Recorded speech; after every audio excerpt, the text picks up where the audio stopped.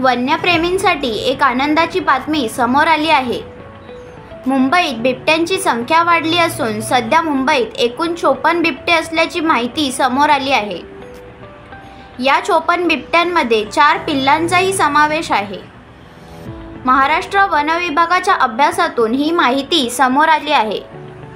One विभागाच्या कॅमेऱ्यात काही बिबटे व त्यांचा मुक्त वावर दिसून आला असून मुंबईत आरे कॉलनी, संजय गांधी राष्ट्रीय उद्यान व वसईच्या तुंगारेश्वर भागात ही संख्या जास्त असल्याचे कळते आहे।